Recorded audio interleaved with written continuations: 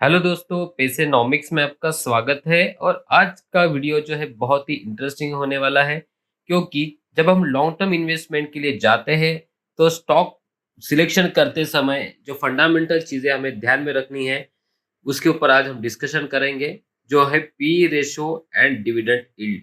Yes दोस्तों, काफ़ी important ये रेशोज़ है जब हम स्टॉक मार्केट में लॉन्ग टर्म इन्वेस्टमेंट के लिए जाते हैं। और एक वैल्यू इन्वेस्टिंग के लिए ये टर्म्स आपको पता होनी बहुत ज़रूरी है। डिविडेंड यील्ड जो है ये ज़्यादा करके आपको हेल्प करेगा रेगुलर इनकम देने के लिए, ठीक है? और जो पी रेशो है ये आपको बताएगा कि कंपनी का अर्निंग क्या है और जिस कंपनी में आप इन्वेस्ट कर रहे हो ये मैक्सिमम कितना रिटर्न आपको दे सकती है according to their profit and losses. तो ये जानना बहुत ज़रूरी है दोस्तों। तो चलिए वीडियो को शुरुआत करते हैं। अगर आप मेरे चैनल पे नए हो तो प्लीज़ चैनल को सब्सक्राइब करिए और सबसे निवेदन है कि वीडियो को अंत तक देखिएगा। तो चलो शुरुआत करते हैं। तो सबसे पहले आपको जान लेना है कि अर्निंग पर शेयर क्या होता है, ओके? क्योंकि पी रेशो कैलकुलेट करने के लिए आपको ये ईपीएस जानना बहुत जरूरी है। ईपीएस ये जो कंपनी की टोटल अर्निंग्स होती है और जो कंपनी के आउटस्टैंडिंग शेयर्स होते हैं मार्केट में, उसका एक रेशो होता है। मतलब अगर टोटल अर्निंग जो है इसकी, उसको डिवाइड किया जाता है आउटस्टैंडिंग शेयर से, तो आपको जाके अर्निंग पर शेयर पता चलता है। जैसे कि एग्जांपल, अगर कंपनी की यहाँ पे टोटल अर्निंग रही फॉर एग्जांपल 5000 करोड़ की अर्निंग है, और यहाँ पे अगर कंपनी के आउटस्टैंडिंग शेयर जो है वो है 2000 करोड़ आउटस्टैंडिंग शेयर्स है।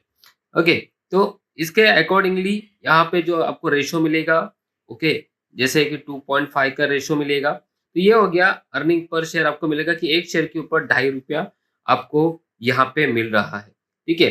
तो अर्निंग पर शेयर ये बहुत इंपॉर्टेंट है कि अगर जब कंपनी ज़्यादा प्रॉफिट कमा रही है, तो आपको कैसे पता चलेगा? जैसे 5000 सीआर का प्रॉफिट है और कंपनी के आउटस्टैंडिंग शेयर जो है, ये खाली यहाँ पे 500 करोड़ आउटस्टैंडिंग शेयर्स है, ठीक है? तो यहाँ पे अगर आप इसका अर्निंग पर शेयर निकालोगे, तो ये आएगा 10 रुपीज़ का आपका यहाँ पे अर्निंग पर शेयर यहाँ पे दिखेगा। तो आपको दिख रहा होगा कि जैसे-जैसे आप अगर कंपनी के आउटस्टैंडिंग शेयर्स कम है और प्रॉफिट ज़्यादा हो रहा है, तो आपका अर्निंग पर शेयर हमेशा बड़ा यहाँ पे दिखेगा, जो आपको इन्वेस्टमेंट करने के लिए बहुत इम्पोर्टेंट होगा, ठीक है?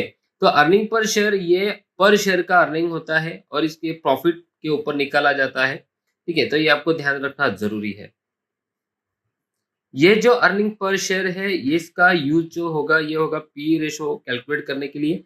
यहाँ पे अर्निंग पर शेयर आपको नीचे लिखना होता है और उसको डिवाइड करना है अपने स्टॉक प्राइस से। जैसे मैंने अभी यहाँ पे ₹10 का अगर अर्निंग पर शेयर निकाला है और कंपनी की जो स्टॉक प्राइस है, अगर वो समझो ₹500 है, तो फिर हो सकता है यहाँ से आपका रेट आएगा 50 का, ये पी रेशो आएगा। ओके, मतलब काफ़ी एक्सपेंसिव स्टॉक ये लग रहा है कि जिसमें मैं निवेश कर रहा हूँ ₹500 और मुझे मिल रहा है खाली ₹10। ये सिंपल हिसाब आपके सामने है दोस्तों।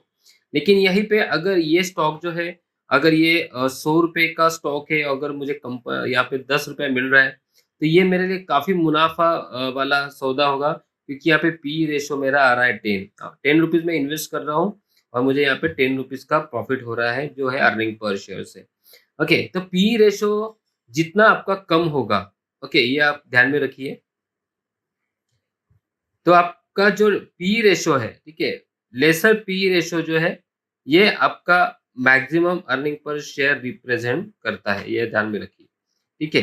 तो पी रेशो काफ़ी पुराना ये स्टॉक सिलेक्शन का क्राइटेरिया है। जैसे इकोनॉमिक्स टाइम्स अगर आप पढ़ते हो, ओके, तो इकोनॉमिक्स टाइम्स में आपको एक पूरा भाव कॉपी आता है स्टॉक का, जिसमें पी रेशो मेंशन किया जाता है। अभी तो काफ़ी सारे वेबसाइट आ चुकी हैं, ओके, मनी कंट्रोल में भी आप चेक करेंगे तो भी आपको पी रेशो पता चलेगा। तो पी रेशो ये जो है, ये आपको ध्यान में रखना है कि ये नेगेटिव नहीं होना चाहिए, ठीक है?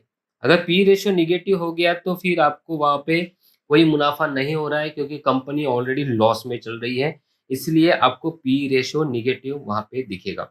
तो जब आप वैल्यू इन्वेस्टिंग कर रहे हो, तो उस समय दोस्तों पी रेशो आपको काफ़ी हद तक वहाँ पे कंसर्न करता है कि मुझे अगर ज़्यादा प्रॉफ़िट कमाना है, तो कंपनी का जो अर्निंग पर शेयर है, वो ज़्यादा होगा तो ही मुझे मुनाफ़ा देगा।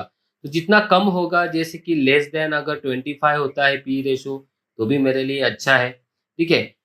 तो यहाँ पे मैं जो वीडियो के एंड में आपको दिखाऊँगा कि पी रेशो आपको कहाँ पे देखना है, ठीक है? अभी बात करेंगे डिविडेंड यील्ड की। तो अब हम बात करने वाले हैं दोस्तों, वो है डिविडेंड यील्ड की। यस दोस्तों, डिविडेंड यील्ड सिंपल, जितना भी आप डिविडेंड साल में कमाते हो, वो उसका टोटल करना है और आपका जो करंट मार्केट प्राइस है उससे उसको डिवाइड कर देना है। ओके, जैसे कि जैसे डिविडेंड आपको पता ही होगा कि 3 टाइप में आपको मिलता है। एक होता है एनुअल डिविडेंड होता है जो फाइनेंशियल ईयर के बाद आपको मिलता है। दूसरा इंटेरियम डिविडेंड होता है, ठीक है? तो इस तरीके से 2 से 3 प्रकार का डिविडेंड होता है। तो इस प्रकार आपको एनुअल और इंटरिम डिविडेंड दिया जाता है, तो इसका आपको जस्ट टोटलिंग करना है कि सपोज़ कोई कंपनी जो है जिसका शेयर की प्राइस अभी चल रही है ₹500 और अगर डिविडेंड जो है यहाँ पे समझो मुझे साल भर में मिला है ₹50 तक डिविडेंड मिला हुआ है, ठीक है? तो इस तरीके से आपको ये रेशियो निकालना होता है, इन टर्म्स ऑफ ये परसेंटेज हो जाएगा। जैसे आप परसेंटेज में निकालोगे तो आपको यहाँ पे आंसर इसकी आ जाएगी, जो कि आएगा 10%, ठीक है? तो इसके हिसाब से आपको पता चलेगा कि डिविडेंड यील्ड जो है साल में जो कंपनी में आप निवेश कर रहे हो, ये आपको कैश बेनिफिट भी दे रही है, क्योंकि डिविडेंड ये इन टर्म्स ऑफ कैश होता है, एक कैश बेनिफिट होता है आपको। तो ये दोनों चीज़ें वैल्यू इन्वेस्टिंग में बहुत इम्पोर्टेंट और मायने रखती है, ठीक है? जब आप लॉन्ग टर्म इन्वेस्टमेंट के लिए जा रहे हो दोस्तों, ठीक है? तो यहाँ पे ये ध्यान में रखिए, जब आप डिविडेंड जो पे आउट रेशियो है ये भी आप देख सकते हो। इसमें अभी तक कंपनी का जितना इनकम आया था, इस इनकम में से अभी तक कंपनी ने कितना डिविडेंड दिया हुआ है। तो ये भी आपको एक परसेंटेज मिल जाता है कि हायर डिविडेंड पेड कंपनी कौन है। मतलब जब आप निवेश करते हो स्टॉक मार्केट में, तो आपको कैपिटल एप्रिसिएशन तो मिलना ही चाहिए, साथ में आपको जो है दोस्तों यहाँ पे रेगुलर इनकम भी होना चाहिए। ठीक है, इसीलिए हम इसको वैल्यू इन्वेस्टिंग कहते हैं। तो ये वैल्यू इन्वेस्टिंग के वीडियो में भी मैंने कवर किया है अच्छे से और अदर पैरामीटर्स भी कवर किए हुए हैं। तो ये दोनों रेशो काफ़ी इम्पोर्टेंट है और डिपेंड करते हैं टोटल अर्निंग पर शेयर के ऊपर, ठीक है? तो अभी मैं आपको इसका जो वेबसाइट है जैसे कि स्क्रीनर डॉट है या मनी कंट्रोल है, इसके ऊपर लेके चलता हूँ और आपको यहाँ से वहाँ जाके और क्लियर मैं आपको स्टॉक वाइज़ बताने की कोशिश करूँगा। तो दोस्तों आपके सामने मैंने ये स्क्रीनर इंडिया का वेबसाइट लॉगिन किया हुआ है, ठीक है? आप भी इसको खोल सकते हो, इसका कोई चार्जेस नहीं है। तो यहाँ पे मैंने जो अपनी सबसे टॉप नंबर 1 कंपनी है इंडिया की, रिलायंस इंडस्ट्री लगाया हुआ है, जिसके ऊपर हम चर्चा करेंगे। तो यहाँ पे स्टॉक का पी आप देखेंगे 32 का पी है इसका और जो हमने डिविडेंड यील्ड की बात की थी वो है 0.33%। ओके, तो यहाँ पे आपको ये दिख रहा होगा कि यहाँ पे डिविडेंड काफ़ी कम इसमें आपको मिल रहा है और स्टॉक का पी रेशो भी ज़्यादा है। इसका मतलब इसका अर्निंग पर शेयर भी कम होगा, इसलिए पी रेशो ये ज़्यादा। आप इसका उल्टा कैलकुलेशन भी कर सकते हो। स्टॉक प्राइस जो है आपकी 1982 चल रही है यहाँ पे और स्टॉक का पी अगर 32 है, तो फिर आपको कितना in terms of earning per share वहाँ होगा, ये उल्टा आप वाइस वर्सा कैलकुलेशन कर सकते हो।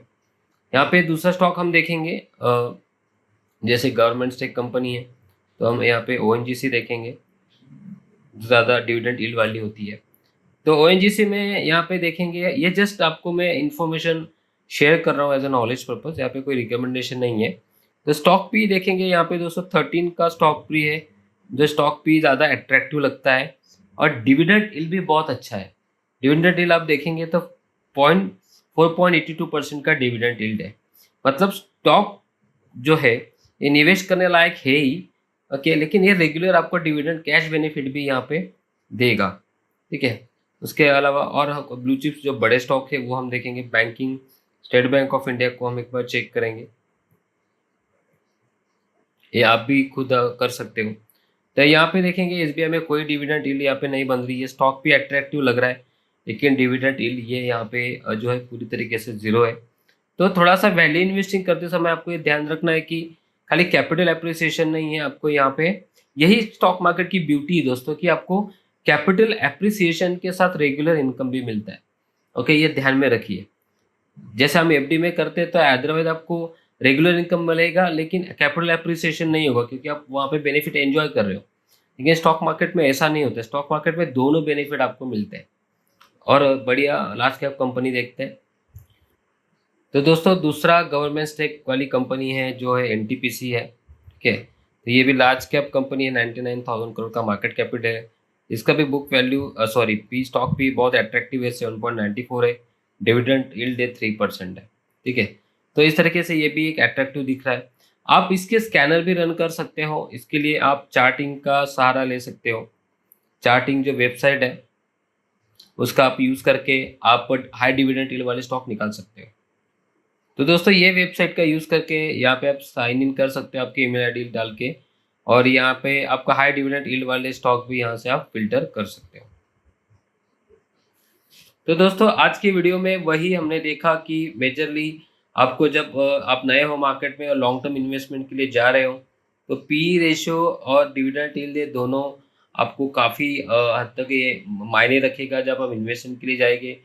पी रेशो जितना कम होगा उसके लिए उतना ही आपको ज़्यादा बेनिफिट होगा, क्योंकि पी रेशो अगर हाई है तो इसका मतलब अर्निंग पर शेयर जो है ये लोवेस्ट है। ठीक है, एक शेयर के पीछे आपका जो अर्निंग है वो कम है, इसलिए पी रेशो हाईएस्ट दिखाएगा। ओके, तो इसीलिए देखिए निफ्टी का भी जब आप बात करते हो तो निफ्टी का भी पी रेशो आपको काफ़ी समय हाई दिखता है, तो उस समय मार्केट में बाइंग नहीं होती है। मेजरली 23-24 का हाई पी कहा जाता है। ठीक है, तो जब मार्केट का पी 10 to 15 के बीच में होता है या 18 के बीच में होता है तो वहाँ पे बाय करते हैं। तो ये रहा एक डायरेक्टली इंडेक्स का पी रहा। लेकिन साथ में स्टॉक स्पेसिफिक की बात करेंगे तो स्टॉक स्पेसिफिक आप 25 के नीचे वाले पी ही आप प्रेफर करें। ठीक है, अगर आपको लॉन्ग टर्म के लिए इन्वेस्टमेंट करना है, कि ये थोड़ा सा एक फायदे का सौदा आपका होता है। दूसरा डिविडेंड यील्ड ये सबका हाई आप देखिए, एफडी आपको देता है 6 से 6.5 या 7% आपको देता है, तो उससे ज़्यादा अगर आपको डिविडेंड यील्ड कोई कंपनी दे रही है विद अच्छे पी के हिसाब से कैपिटल एप्रिसिएशन के साथ, तो मेरे ख्याल से एक बेस्ट वैल्यू इन्वेस्टिंग आपका वहाँ पे दोस्तों हो सकता है। तो आज के वीडियो में इतना ही दोस्तों। वीडियो कैसा लगा प्लीज़ कमेंट बॉक्स में मेंशन करिए। अच्छा लगा है तो लाइक करिए और चैनल को सब्सक्राइब करके ज़रूर जाइएगा। थैंक यू सो मच दोस्तों। Have a good day and happy investing.